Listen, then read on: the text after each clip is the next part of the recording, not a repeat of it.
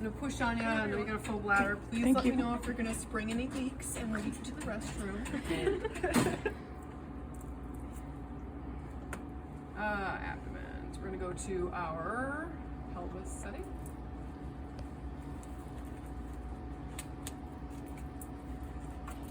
Wet hands, gloves.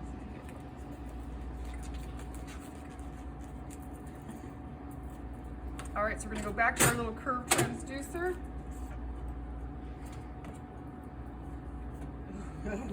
Breathe, come on.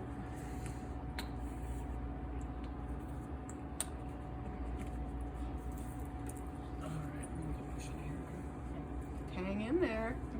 Oh my goodness, look at that nice full bladder. And look at that uterus. Okay, so let's go to down a little bit here. Sometimes if you're getting like it's too bright, you get a little washout here. So especially with our ovaries and stuff, don't be afraid to kind of scan darker, and then you can kind of see those borders a little bit cleaner. So we have urinary bladder here, vaginal canal to cervix. Not seeing that posterior cervix super clean, but it's going to be right in here. And then we have lower uterine segment. Let's see, we've almost got the pancake bladder going. Lower uterine segment up to about here, body cornua, and then our fundus. So for our sag midline, we want to elongate out this endometrial canal as much as we can, still showing vaginal canal. So there's a little bit of that echogenicity here. Again, that's the opposition of the mucosa within the vaginal canal. You may see it in other parts of the uterus. It's just more prominent here. So we're going to stroke our foot. Click, 2 clicks, 8 clicks. So we're going to take our sagittal image. And I printed yesterday, so I'm not going to print today. But this will be our first image. Our second image is going to be this with calipers. So we're going to caliper at the superior portion of the fundus, all the way down to that posterior aspect of the cervical canal. Push the side button.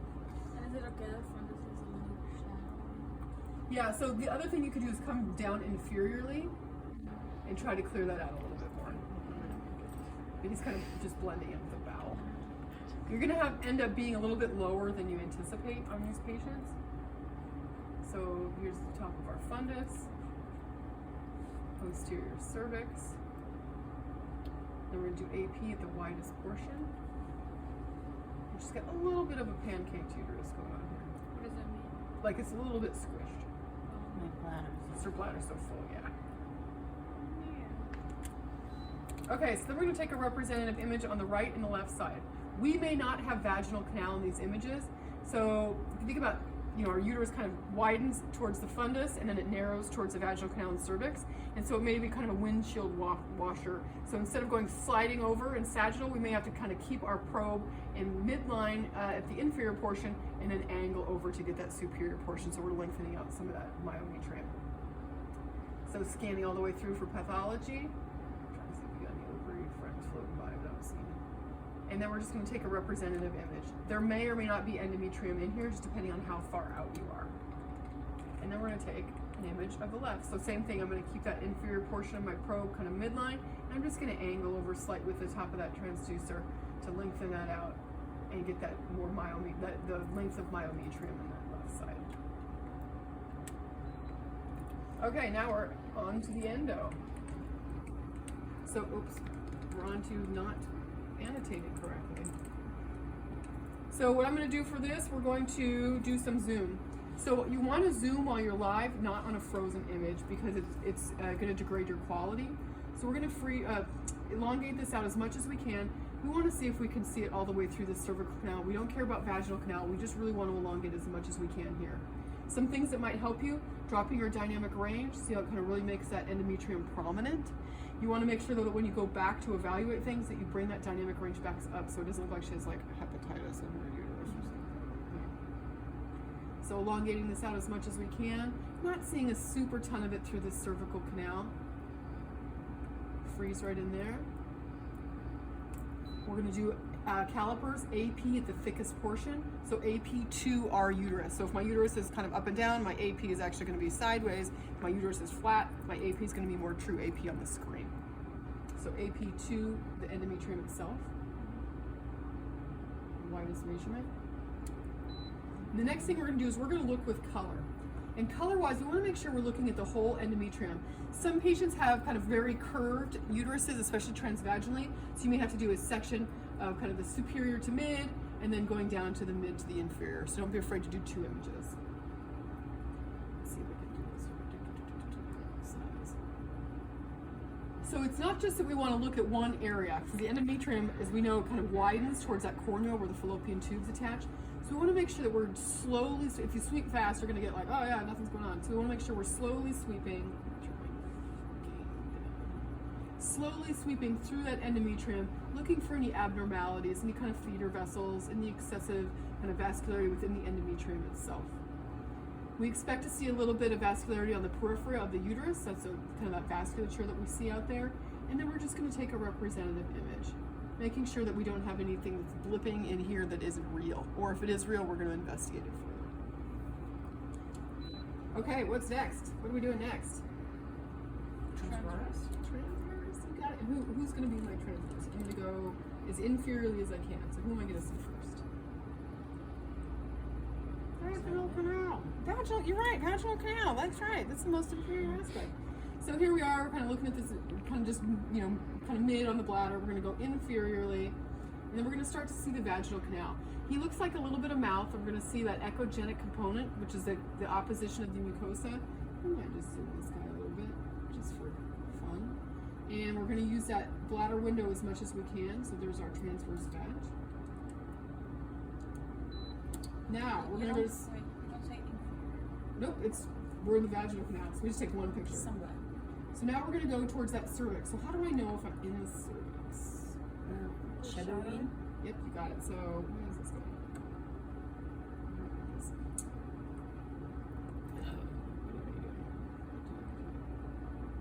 So we're going to add a little bit of depth to this guy.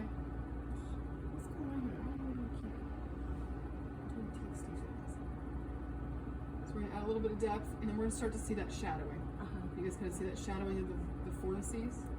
So we know we're kind of proving that we're in that cervix.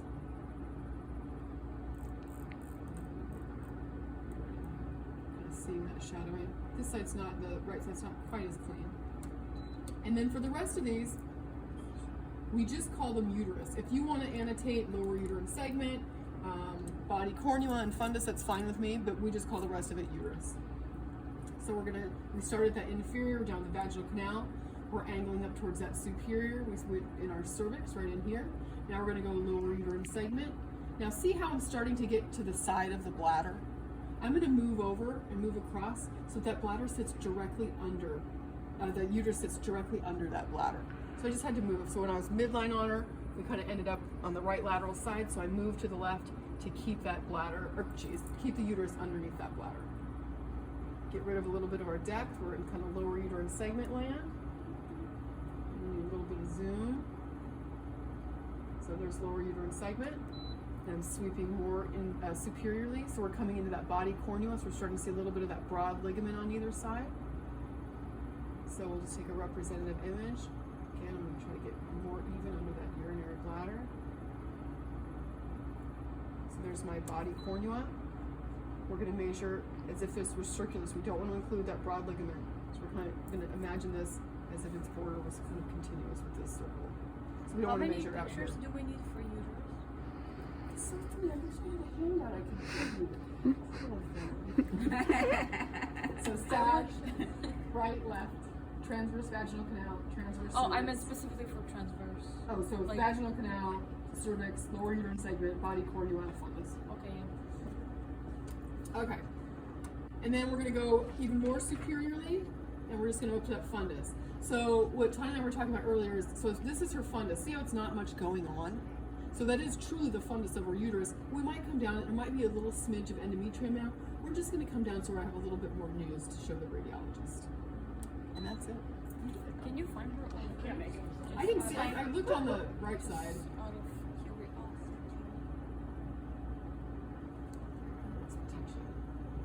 She doesn't use that. That I didn't see him.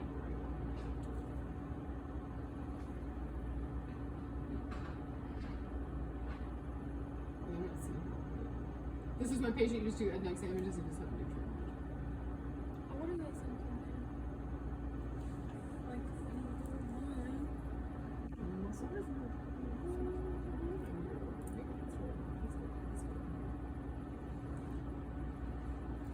see.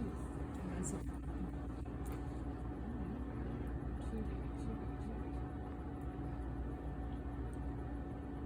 Yes, I do. Go to the restroom. Do you want to scan me first? Okay.